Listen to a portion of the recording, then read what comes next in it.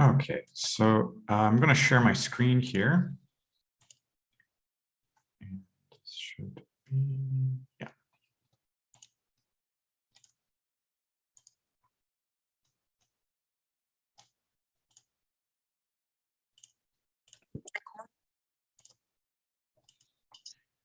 Okay, so hopefully you can see this slide. Yeah, so my name is Jonathan. You can find me, my website is Huggins International. I'm on Facebook, Huggins International, Instagram, English with Jonathan, YouTube, Jonathan Huggins. We're going to be going through a little bit, some of the essentials here on the reading section specifically. And just a little bit of I do get lots of messages, lots of requests for help with the exam. I've been online with students from around the world since 2016, but offline working with students in person at least 2011 or so. So at least about 10 years working with the exam, but these past 6 years have been working with a very wide network of international students and different ranges of the exam. I mean, in terms of scores, 80 plus, 90 plus, 100 plus for admissions to universities, the requirements for medical licensing, pharmacists, nurses, dentists, yeah, just lots of different levels. And I do all 4 sections. I do get solicited a lot for speaking feedback, writing evaluations. And after the first time I took the test, I got 117. So that was a 28 in reading, 29 in listening, 30 in speaking, 30 in writing. And I realized that at that time, most of my students were asking me for speaking and writing help, but I realized that some of the reading strategies needed to be worked on in more detail. So the next year, when I took the test, I managed to get a 120. So I was very proud of that. I know a lot of people will say, oh, of course, you're a native speaker, you're a TOEFL trainer, you speak English, this should be easy. But no, the exam is not easy. You do need to kind of work on strategies. And so that this 30, 30, 30, 30, it did come at the cost of a migraine. And I think I had, yes, I had 4 passages. I had 4 reading passages when I took that second time. And since then, I've continued to go through lots of practice tests with students, things that are in the official guide, the volume 1, volume 2. There are TPOs, these TOEFL practice online materials. There's lots of websites that are out there where students are finding reading materials. So, okay. Yeah, that's a great score. Yeah, I joke now that I can't get a better score the next time. Either I get the same or I get worse, but I can't get better. So, okay. So specifically here, let's go into like a little bit more in the reading section. So you can have like 3 or 4 reading passages. As of 2019, there are 10 questions per reading passage. Previously, there were 14 questions. We'll take a look at the variety of questions in a second here.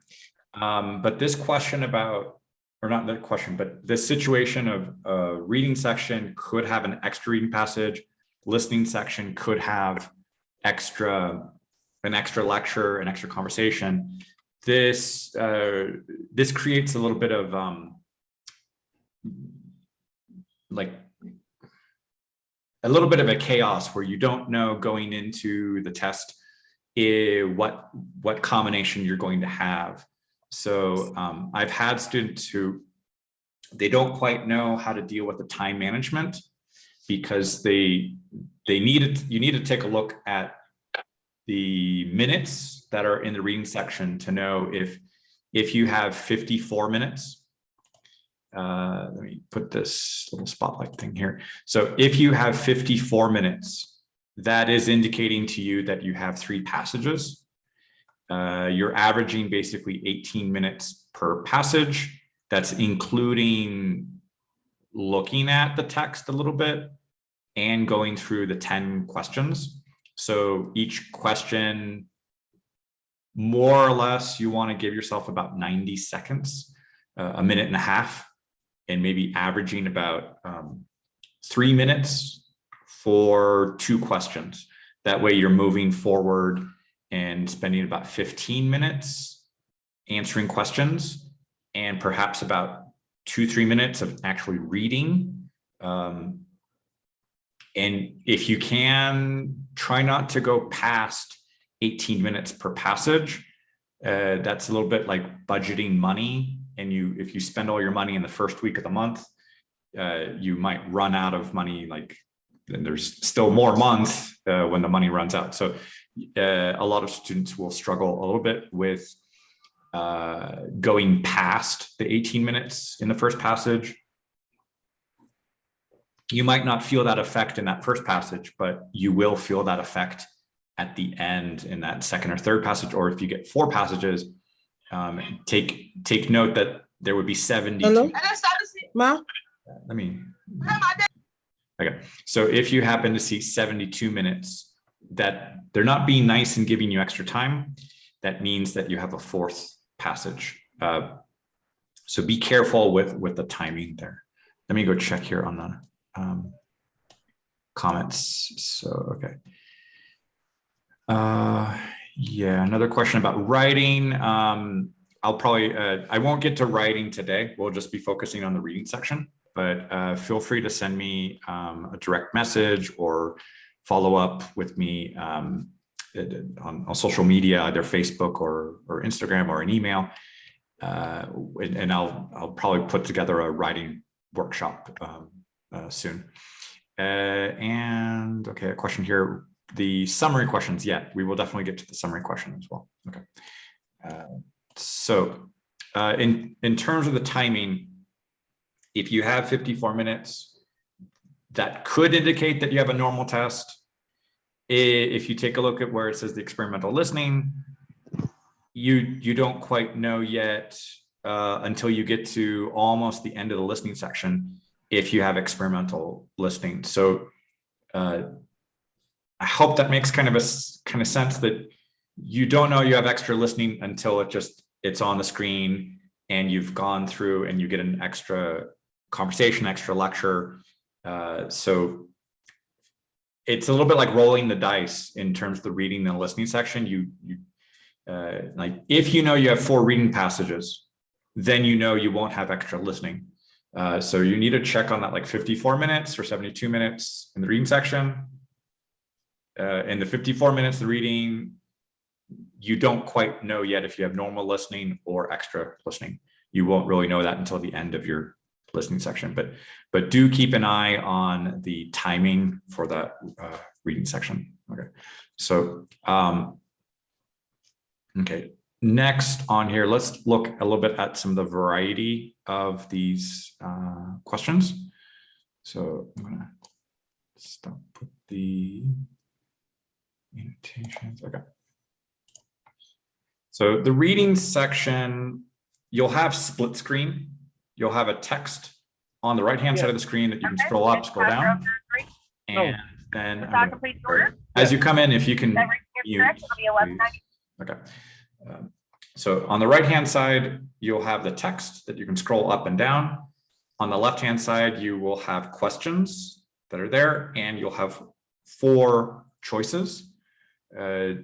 Make sure that you do click and that little oval fills up, that it turns black before you click on the next button.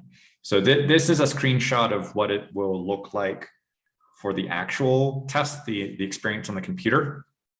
You can go back and forth clicking the back and next button. The thing is if you don't actually fill in that little oval, there's a risk that you could just go on to a question, the next one, without having answered it. So before your reading section stops, it's a good idea to click on this review button and just make sure that you have filled in and answered all of your questions. Because I have had some students where they had some unpleasant surprises where they realized that some of these questions were not filled in, and that led to some more stress and anxiety and having to go back quickly to just kind of answer the questions or even guess. So the reading section can be a little stressful already. So just make sure that you are, as you're going through answering those, make sure that you do have that oval filled in before you go on to the next one. Okay, so the types of questions previously, before 2019, there were many more vocabulary questions. So this is a photo from the official guide. This is what this looked like when there were 12 to 14 questions. You can see some of those numbers.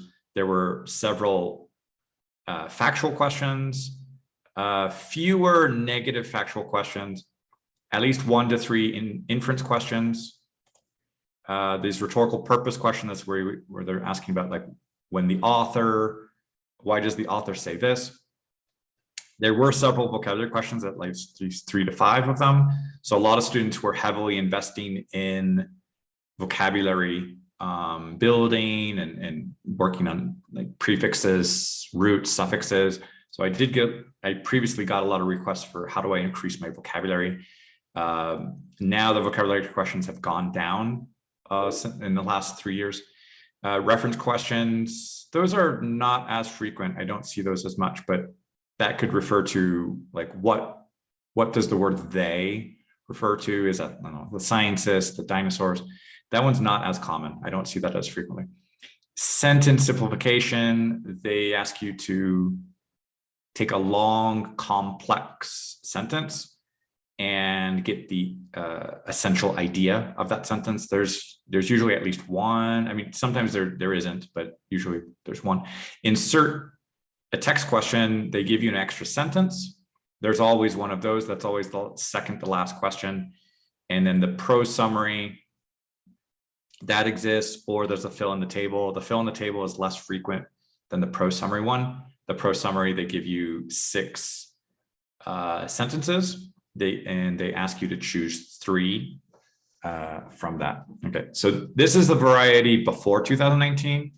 And now, as of 2019,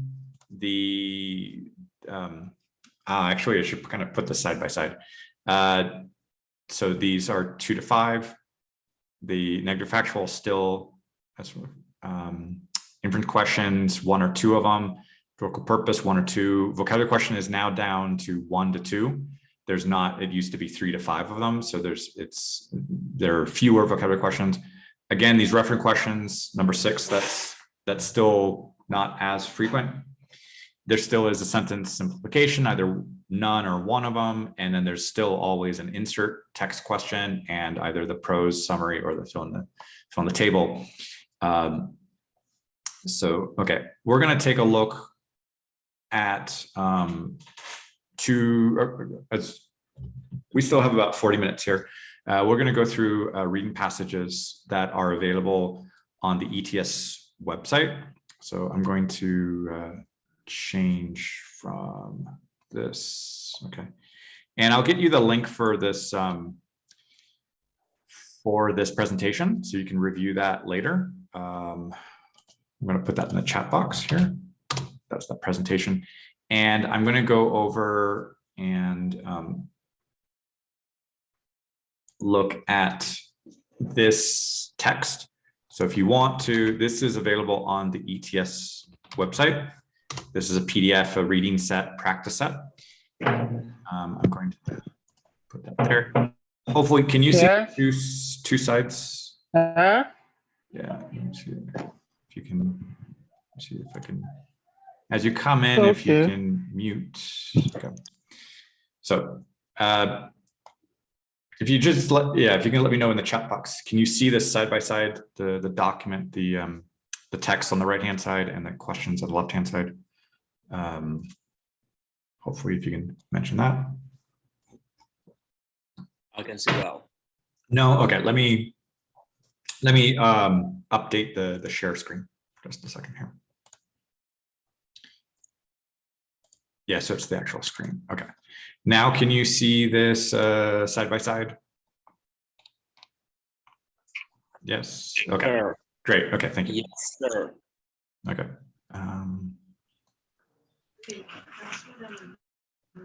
Okay. So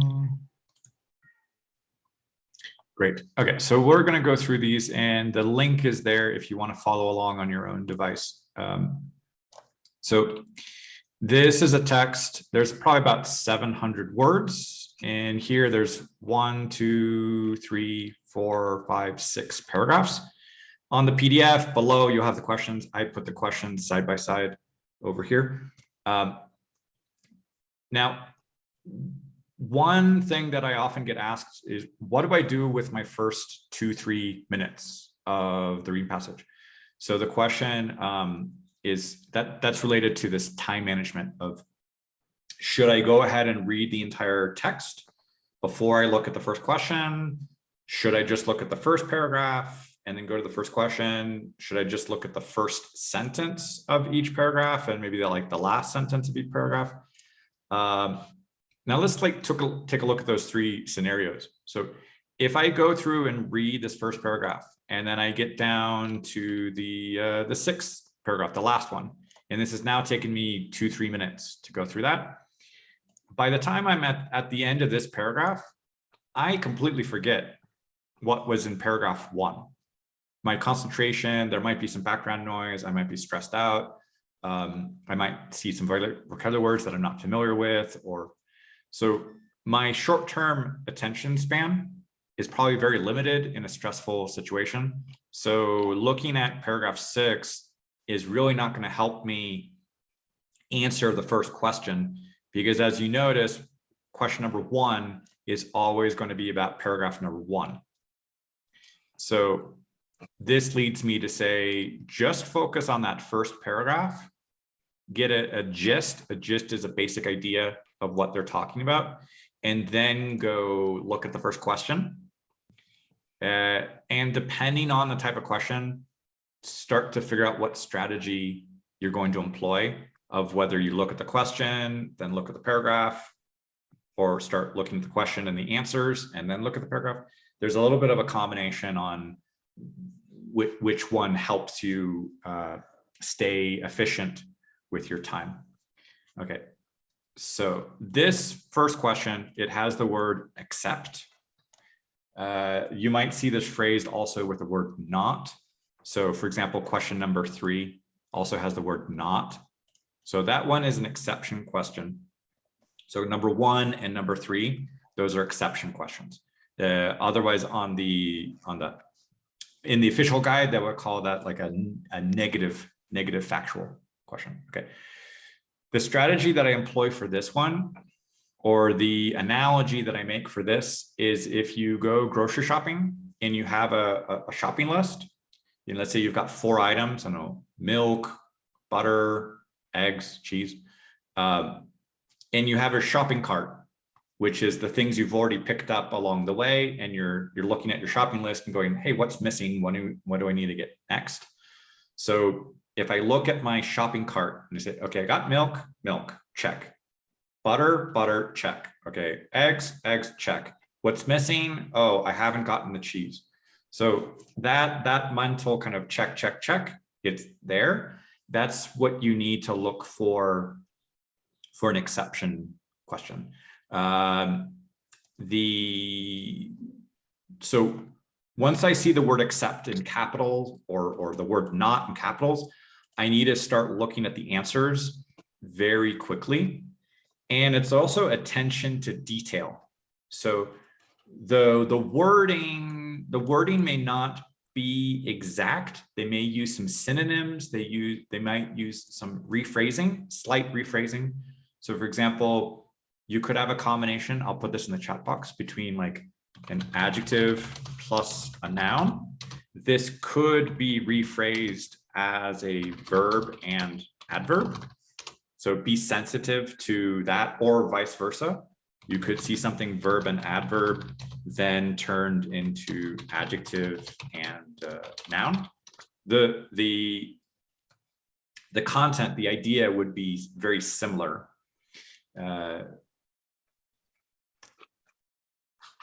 Keep in mind that the ETS, the TOEFL, it's a little bit like a carnival fair experience where they are making money, and they're also making money if you're not paying attention to small details, or if you're overconfident, or I say, for example, if you know how to play basketball and you go to a fairground and they give you an overinflated basketball, the rim is a smaller than standard size, the height of the backboard is at a different one than standard, and they have you throw from a non-standard distance. Like, so you have the impression that you know how to play basketball, but at the fairground, they want to trick you, and you'll kind of probably lose, or they'll make money and you'll lose.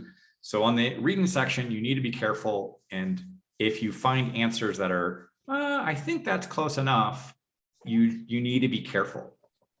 They are hoping that you're not going to pay attention to some small details. So this exception question, let's take a look. What answer do you think you would put? Let me zoom in on this just a little more. What answer would you put for number 1?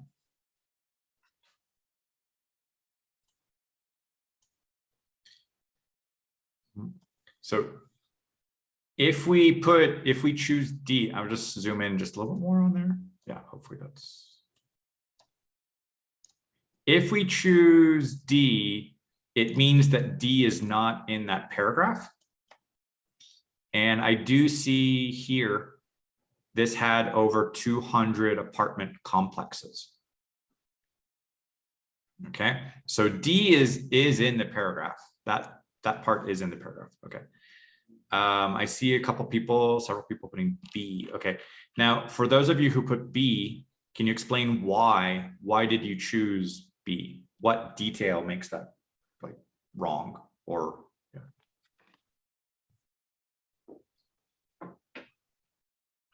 Yes, the word several, exactly.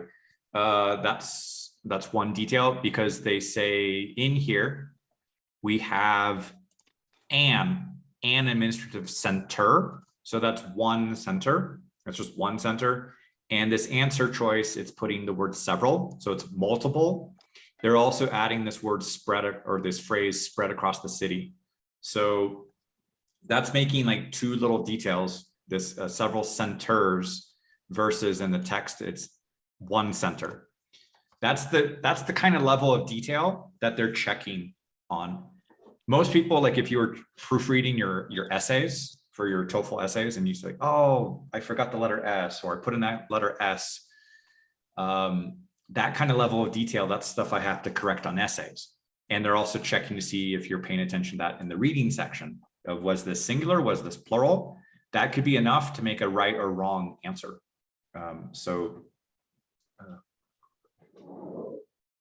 The precision, how much you're paying attention to, that can really affect these scores. So this adds up. The more you get those right, the higher that reading score is going to get.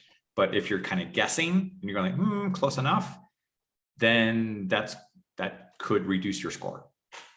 You're not being penalized for wrong guesses, but you're not going to get the extra points on there. Okay, so the next one on here, ingenuity. This is a vocabulary question. They are asking you about synonyms. They're also asking you about the usage of this vocabulary word. In the text, that there might be context clues that are in there. I'm also thinking there's a question I want to show you in another text, but I'll have to include that in a link here. Okay, so they will give you the same part of speech meaning like a noun, adjective, verb. They're not going to be mixing around like a noun, an adjective, or verb. They're all going to be the same function, the same part of speech. So in this case, it's a noun. We can also check on this suffix, the ity, that's a suffix, that's a noun suffix. And then kind of looking at how that's being used in this sentence. This one, ingenuity, is related to this cleverness. Because the previous paragraph talked a little bit about like all this planning and the structure and the organization of this, it makes sense that the people who were organizing this city were very smart, very clever about how they set that city up. Okay, so yes, I would go with number D for this too. Okay. Number 3 is again another exception, negative factual question. So we're looking at one of these things like check, check, check. Is it there? Is it not there? Okay. So what would you put for this question number 3? You just zoom a little bit more so you're able to see in case that's big enough. Yeah. Okay.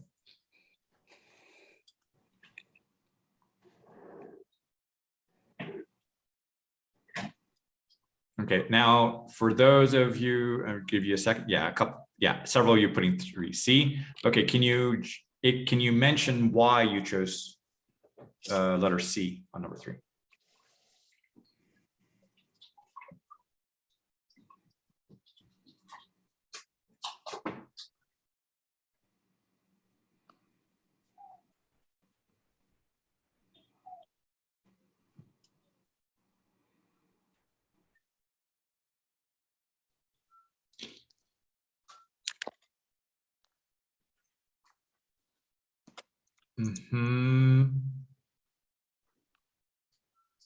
There's a smaller clue about, okay, so some of you are getting the answer correct, but trying to explain your answer, that can be a little tricky. Or I mean, explain your decision on there. So we do have the presence of obsidian is there, where they say the obsidian resources, that's there. This potential for irrigation, they do talk about this valley's potential for extensive irrigation. So that's 2 things that are there already. We do have this location on a natural trade route. So that is geographic location on a natural trade route. That's there. So if I do have A is there, B is there, D is there, by default, I know that C is going to be the thing because I already found 3 of them, like through process of elimination. But to be more specific, this little prefix in activity, that negates, that's a prefix that makes a negative.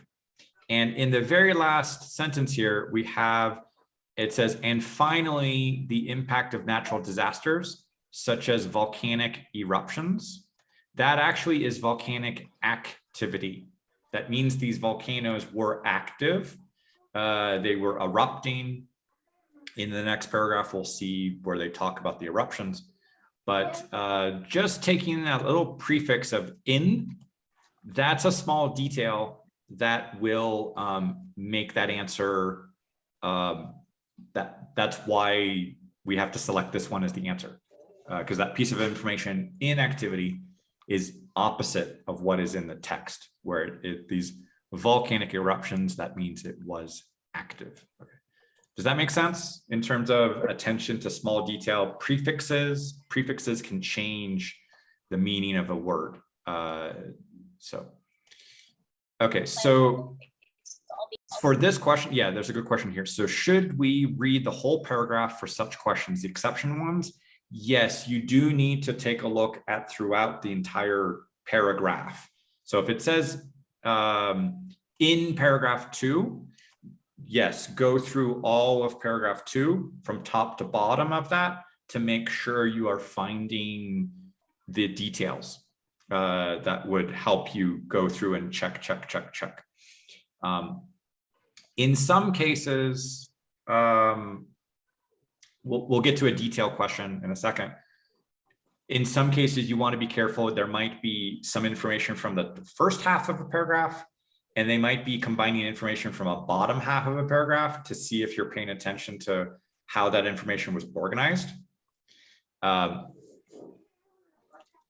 So just be careful with that. On a detailed question, a factual question, you do want to see where this information is coming from halfway. So let me show you another one of those. For example, here, number 5. Not that one.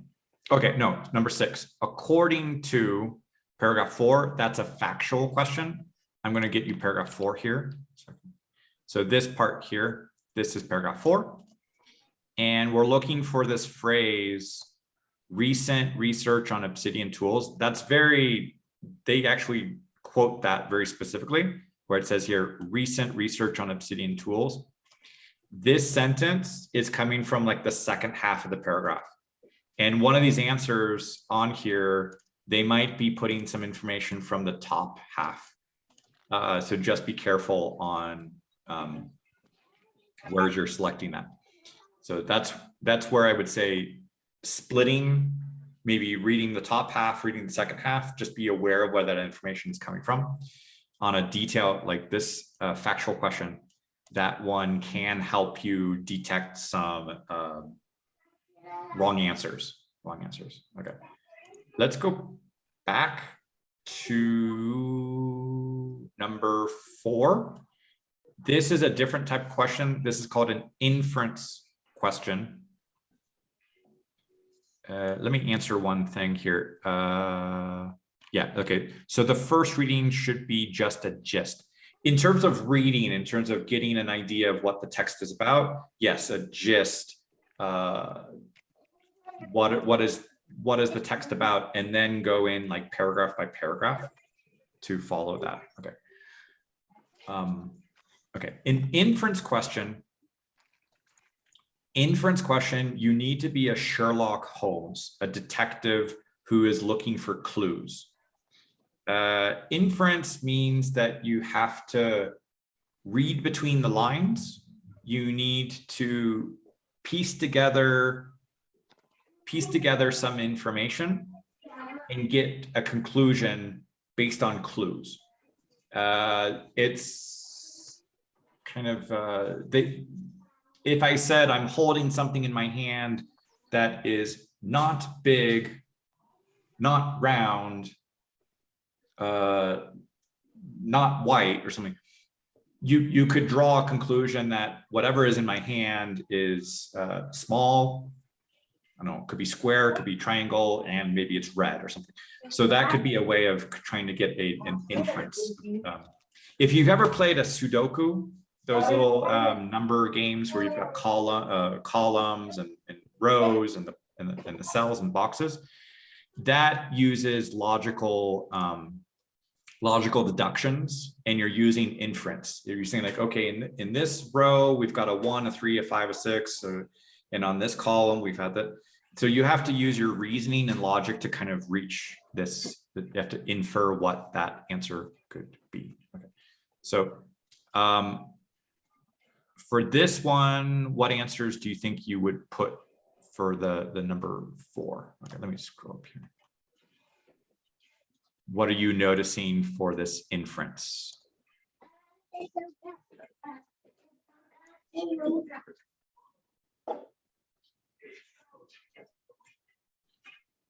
I'll give you a second to look at that.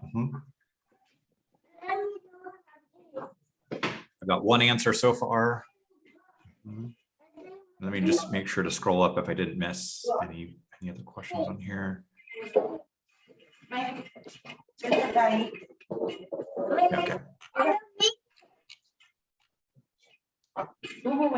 Oh, can I show you paragraph 3? Sorry. Yes. Oh, I'm sorry. Yeah, I would.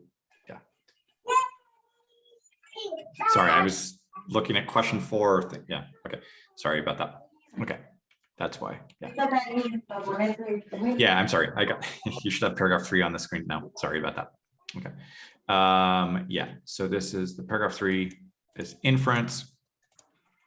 And we are taking this information here. Hopefully you can see that paragraph 3 now.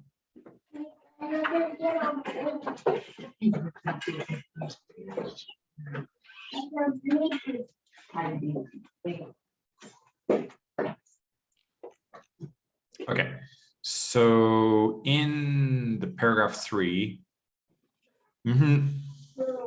yeah, why are some of you choosing letter D? What detail in the paragraph is helping you choose that? What information in the paragraph 3 is helping you reach that conclusion?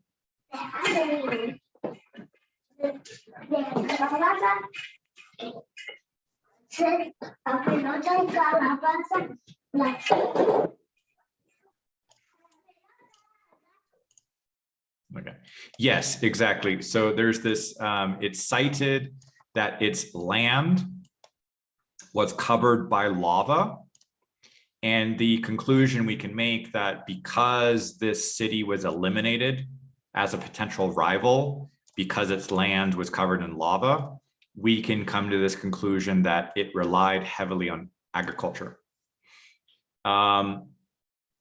These other answer choices are wrong because it was not a small city. It says here the largest of these centers. So it was not small, it was the largest. It was not outside the Valley of Mexico because it says in here, where was it?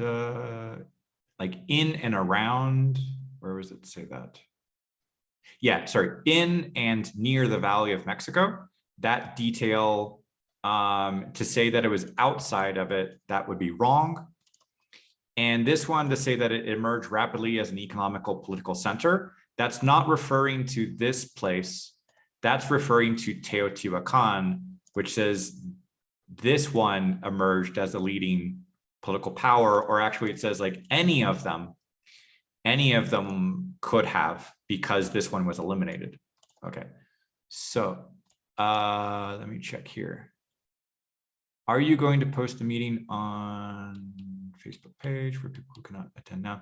I'm going to upload I'm recording this right now. I'm going to upload this to YouTube. I'll put a YouTube link after we finish. Okay. So yes, taking that comment, the text in here to say that it was covered in by lava. So okay. Okay. So yeah, so that's an inference question. We're taking some details, some clues, and trying to connect the dots and try to reach a conclusion. They might not quite state it so clearly. You need to connect that information and reach this conclusion. And there might be, as you can see here, some details that make it wrong. So that, again, they're checking your attention to detail. Okay.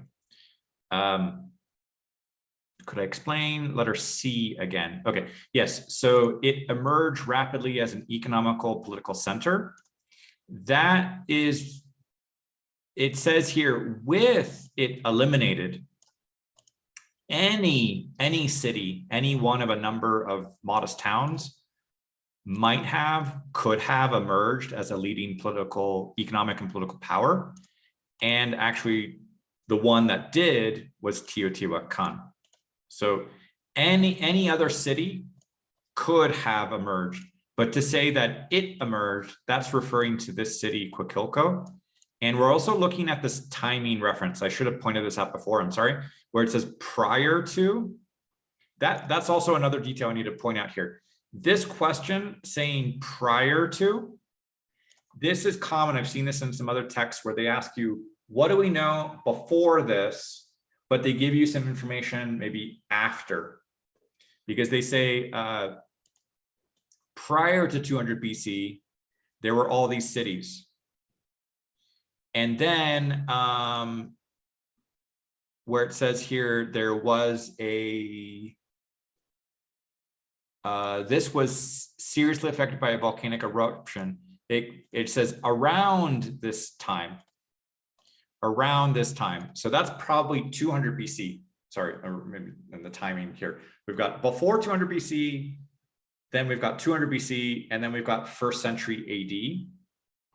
That's another tricky thing I don't like on the TOEFL, is they might be playing around with your logic in terms of timing, especially like if you see stuff on the dinosaurs, they might have the different geologic eras and things. So they might give you a certain set of dates, and they're seeing if you can pay attention. So 200 BC, then 200, before 200 BC, at 200 BC, and then 1st century AD. That's by 300 years later. They can mess with your head with that kind of stuff as well, of following the sequence of timing. And they're asking you for information before, what can we know before it? I really don't like that they do that, but that's a level of attention to detail in terms of timing. And there's another passage that I can think of in a TPO, number 54, where they do talk about a time period in there as well. So paying attention to time periods, if they give you information in an inference question, that can also affect your answer choice. One thing I try to also tell some students here is notice that for every question, we've got 3 wrong choices. 3 wrong choices. So by the time you get through 10 questions, which gives you 9 of those questions have 4 choices. So if we just count this, 4, 8, 12, 16, 20, 24, 28, 32, 36. So of those, we've seen like 36 answers. And we know that 3 of those each are going to be wrong. And then we get to the last question that gives us 6 of them. So if you can get really good at detecting wrong answers, you're probably going to be in a stronger position to kind of detect, kind of like I try to tell people, be like a ninja, kind of detecting wrong answers and going, no, no, no. Because by process of elimination, you go from a 25% chance of guessing, 1 in 4. So a 1 in 4 guess, that's 25%. Then if you eliminate 1 wrong answer choice, now you get 1 in 3. So your chances of guessing correctly have now gone up to 33%. Yeah, a 1 in 3 guess. Then if you can get this down to 1 out of 2, you now have a 50% guess, which is basically kind of like flipping a coin, heads or tails or something like that. If you've ever seen a TV show called Who Wants to Be a Millionaire, they would have some answer choices like A, B, C, D, and they would try to tell like the audience, like, okay, what does the audience think? Like me asking you right now, what do you think is the answer here? So somebody could say, oh, a majority of people are selecting that one. Obviously on the test, you don't have an audience to help you. Or they say, computer, eliminate 2 wrong choices, and that would help this person get down to 2 choices, and they might be the hardest choices. Overall, when you're looking at these answer choices, I tend to think that there's like there's usually at least 1 very wrong answer that would probably be a little more obvious. There's 1 kind of subtly wrong, like it's a subtle wrong answer that's a little harder to detect. And then there's the last 2 answers, and that gets like the hardest choice. And ETS is very good at making these answers look plausible. If you weren't paying attention to small details, you could look at any of these answers usually and go, I think, yeah, that could be it. But when you start to get into the small details, that's when you realize like, oh, yeah, they're trying to trick me. And they're always trying to trick you. They're always trying to trick you to see if you're paying attention. It's like a magician with sleight of hand. They're trying to make sure Are you paying attention? Are you noticing? And like a good musician, a good magician, they're trying to trick you. So don't be tricked. Be on alert going through the reading section, because they make money when you're not paying attention, and they make more money if you have to take the test a second time, a third time, or some students I've worked with, it's like 12 times, 20 times. Really work on your reading strategies and noticing small details. That's one thing I would say. Okay, so that's an inference question. So far, we've looked at exception question, vocabulary question, another exception question, an inference question. Let's keep moving on. Okay, so I said number 6 was like a detailed question, a factual question. This one is a little bit more straightforward. We don't have to play so many games as like in an inference question where we have to connect the dots. Where it says according to, this usually you can just go straight forward, look for where they're referring to this. So where this is a little bit an easier example, but where it says recent research on Obsidian tools found at an Olmec site, we can go find that phrase in here, and it's over here where it says recent research on Obsidian tools found at Olmec sites has shown that, and then this is the answer. Some of the obsidian obtained by the Olmecs originated near Teotihuacan.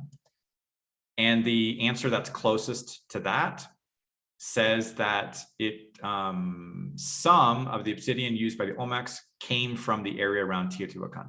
So they're rephrasing slightly. They're changing some of those words, like originated near is this came from an area around, and some of the obsidian, basically some of the obsidian, and then they changed this obtained by or used by. They're a little bit of rephrasing, but essentially that's the answer. And if you find that answer, you can just trust that that should be that one. You don't have to kind of second guess as much as you might on attention to small details for these other ones. Okay. Sometimes you might need to choose, like in here, number 7, you might need to choose 2 answers. So be careful of that. Not every single time there is just a one answer. Sometimes there's a possibility of 2. This is also true in the listening section. You need to be careful to pay attention to if it's asking you pick 2 or pick 3 out of 5 choices. So sometimes in the reading section, you might need to choose more than one answer there. Okay. Let's move on here. Number 8. So I'll move here to paragraph 6. It says the author discusses. That's called a rhetorical purpose question. And what they're trying to get you to pay attention to is how information is being presented. Is this an explanation? Is this an example? Is it a counterexample? And rhetoric is this really old study in public speaking and philosophy and writing essays and things. It's how is this information being presented? And so there are rhetorical techniques that can also help you with your writing section to understand what is good writing. How do you go through and organize your thoughts? That can also help you in your speaking section as well. But definitely in the reading section, they're trying to see, can you notice how this information is being presented to you? So this one, the thriving obsidian operation, and they'll give you these verbs, for example, explain why, give an example, illustrate, explain how.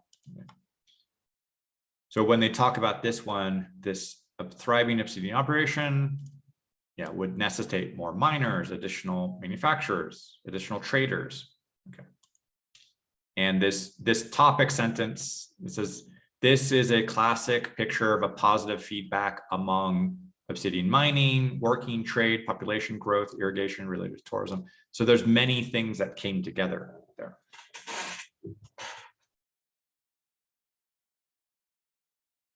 So what do you think you might put as an answer choice here for number 8?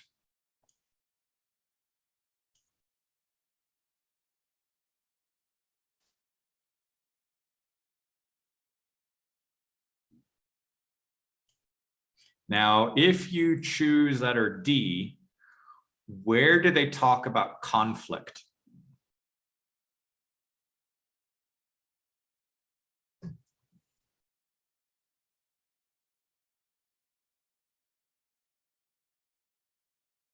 Okay, I see more. I've got a couple choices for D, 2 answers for D, 2 choices for C. So letter D here, they don't talk about conflict.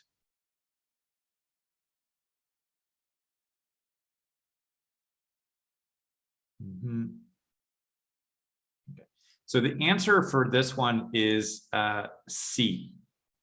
That there are several factors. We have this, the mining, the trade, irrigation, the tourism. So all of those contributed here for this city becoming powerful and becoming wealthy. So it kept getting more people, more trade, more money, more power. It kept getting bigger on there. And yeah, this is just explaining it, or I mean, showing how those factors came together for that. Okay. So that would be on there. Okay. So yeah, next on here, I'd like to show you this sentence insertion question. So they give you this sentence here. In fact, artifacts and pottery from Teotihuacan have been discovered in sites as far away as the Mayan lowlands, the Guatemalan highlands, northern Mexico, and the Gulf Coast of Mexico. Okay. Yes, I'll make sure to get to the summary question as well as an example. So on here, this sentence insertion question, the analogy I make is you have a puzzle that you're trying to put puzzle pieces into the puzzle, and you've got a piece that you're holding, and you're trying to figure out, okay, I've got 4 spots. I've got 4 blank spots in my puzzle. I've got this one puzzle piece. Where does it fit? And when you're looking at that puzzle piece, you're trying to look at its shape. You're trying to look at maybe colors. You're looking at some details and to see would it fit here. And when you say when it fits here, you're looking at the context. So there are context clues. You want to look at 3 sentences together. You want to look at a sentence before, the sentence you insert. So the one that's highlighted here, this one. And then you also want to look at the sentence that's after it. And there's a concept called flow of, does this information flow and go together, or is something being interrupted? Like if they talk about X and then you change to Y and then they keep talking about X, if that happens between these 2 sentences, then you're breaking the flow. But if they talk about X and then they somehow talk about X and Y, and then they talk about Y, that could flow. That could, like those 3 sentences could work together. So you want to be kind of sensitive to, does this information go in a logical order? What I noticed in this sentence that's being highlighted, these are very specific details, specific names of this place, this place, this place, and this place. So ETS will do things called general to specific. So I would be looking for something general before this information. There's also this phrase, in fact. Okay. So any guesses to where would be a good place to put this one? Yes, I would go ahead and use D. I would do D, not A, because A, we don't quite have something general and then specific. Also, we're looking for this thing where it says like artifacts and pottery. if we choose A, there isn't exactly anything that's referring to that. Yeah, the other ones, it doesn't quite match quite as well. Okay, and then if I choose letter D, right before letter D, we have this Mesoamerica, modern Central America, and Mexico. So those are some general places. And then D, if I insert this here, we do get the specific names of places, these places, this, and this. And where they talk about this economic, religious contact, the contact, that could be the fact that there's this pottery, these artifacts and pottery being traded or being there. So there's a couple of details before and after that you're looking for to see if this sentence fits in the right place. Another thing that I would also recommend that you do here is if you happen to have like the letter A is at the beginning of a paragraph, make sure to look at a previous paragraph, because you might have a last sentence or last two sentences of the previous paragraph that could help you see a transition from one paragraph to another.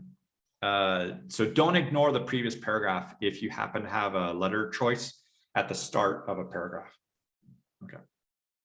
Okay, now, once you get the sentence insertion, this is your last chance to see the text and the questions side by side. So where I said don't read the whole text at the beginning, because that could be wasting time and it could be wasting your attention span. But now, just before you get to the summary question, which is this last one, I would go back up, because we haven't really read this actually, but I would go back up and refresh my memory of what was the main idea in paragraph 1, what was the main idea in paragraph 2, main idea in paragraph 3. It could be related to a topic sentence. What was the main idea in 4 and 5? And again, looking maybe at a topic sentence. Then this is my last chance to see that side by side. So I refresh my memory and I have an idea of what were the paragraphs about. Now I can go over to this last question, number 10, and this one would be full screen. So I would no longer see the text side by side. If I need to check my short-term memory, I would have to click a button that says like see text, and then the text would be a complete pop-up. So they're kind of testing you on your short-term memory to see which details that are there. Okay, also don't ignore the instructions, the directions, because they do give you some advice. Well, not exactly advice, but they do give you an idea of what they're looking for. They want the most important idea in the passage. So if you see something repeated a couple times throughout the text, that will give you an indication like, okay, that is an important idea. It's being repeated a couple times throughout the paragraphs. They're not looking for a minor idea. So a minor idea could be correct, but they only mention it once, or they only mention it as like a tiny little like side comment or something. So they don't want that. And they also don't want something that's not presented in the passage. Not presented, that could be wrong information, or it could even just be something that they didn't talk about at all on here. So they give you this topic sentence to help you realize, okay, we're focusing on the city Teotihuacan, and it reached its peak. And then we have these answer choices that are here. We see that in that first paragraph, they did talk about the architecture, so planning the city, that there was an administrative center. They did a lot of trade and manufacturing workshops. There were shrines, or maybe a shrine. So there was planning and there was control. So yes, I would go with A, that's there. As you're looking at your answer choices like A, B, C, D, E, F, it's not common that I would see all of the answers being A, B, C, or all of the answers being like D, E, F. The impression I usually get is maybe like 1 from the first group of 3, and then maybe 2 from the other group of 3, or the opposite, maybe 2 from the first group of 3, and maybe 1 from the second group of 3. It's rare that I would see all the answers being A, B, C, or D, E, F. I hope that kind of makes sense. That's not a rule. It's just an impression I get from going through lots and lots and lots of these passages, is that sometimes there's like one from here and then two from here, or two from here and one from here. So yeah, kind of keep that in mind. They're kind of distributing the right and wrong answers. Okay, what answer choices do you think you would, I know we went through this very quickly, but any things you would notice as a combination of these answers?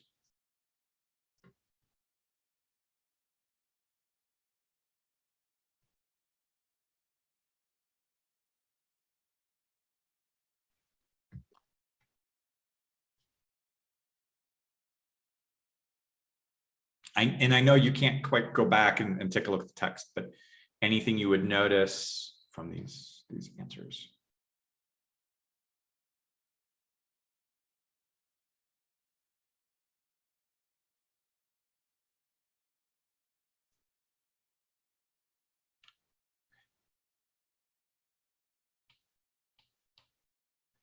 Yeah, there's a question here. Is it true that if I can just read that topic, then I just choose the answer that relate to the topic? Well, I mean, there's a little bit more to it, because they will be, I mean, if you just see the word Teotihuacan, like, I mean, all of these answers do include the word Teotihuacan. So like it's here, it's here, it's here, it's here, it's here, and it's here. So they do want you to pay attention to a little bit more than just that topic. I mean, you do want to group some stuff around the main ideas. So A and C are correct. Yeah, A and C, I would go. Yeah, A, yes. Several factors. Yes, we've got that location, the obsidian, the irrigation, the elite, and maybe where they talk about Coquilco with the volcano. It's a yes, A and C, yes. It did not become the most influential center. And it's also this detail about large number. I remember a small detail where it says like it had maybe one, but it didn't say it had many, many, many. It had possibly one. There, okay, we didn't get a quite chance to see that one. But and lastly here, this one about the E would be correct. And this positive feedback cycle, that was a topic sentence there. In the F, they didn't have a threat. They didn't have a threat of labor, like in violence and conflict. That's something that they didn't talk about. So I would go with A, C, and E there. Okay. So this is one text that we've gone through. We've managed to go through the different types of questions that were there. Some of the strategies that I would employ for those different types of questions. You do need to do this faster than like about 90 seconds here as I was explaining it and trying to get you to pay attention to the small details. And yeah, if you get 2 out of the 3 questions right, that would be 1 point. But if you get all 3 of these choices, that would get you a full 2 points. So you do want to pay attention to small details on these summary questions, because that can get you an extra point, and that could pay off as your reading section, kind of your overall score is dependent on your accuracy on there. Okay. This link, this thing about this thing from Magoosh, they are looking at these percentages based on the reading and listening section to kind of give you an idea of if you need a certain score, then kind of what percentage do you need to get there. Okay. And also lastly here, a friend of mine, her name is Kathy Spratt, her website or her YouTube channel, House of TOEFL, she's got a really great book dedicated to the reading section, specifically the reading section. She goes through even more strategies that are on there. I highly recommend that to a lot of students. I'll put that link here on Amazon. And if you want to contact me for lessons or private lessons, or you can go to my website, hugginsinternational.com, or you can send me an email at jonathan@hugginsinternational.com. So I do need to go to a private session now, and I will save this video. I'm going to upload that to my YouTube channel. and I will put a link to that YouTube video in the where I posted the link to today's session. So if you want to go back and review this session in more detail and go with the links, I'll provide the links that we shared here in the chat box, also with that video description. So yeah. Yeah, in the PDF that we were working on here, it was this one from the ETS website there. Okay, so great. Okay. So thank you so much for being here, all of you. Yeah, there's been about 20, 30 people here today. Hopefully this has helped you a lot for your strategies. And yeah, thanks a lot for the informative session. You're very welcome. Thank you so much for the class today. I really enjoyed it. Thank you very much for your useful workshop. Thank you, thank you, thank you. Yes, you're very welcome. So I'm very glad that this has been helpful for you. Have a great day, and stay in touch. Look for other workshops and webinars that I'll be organizing. Great. Okay, so bye for today.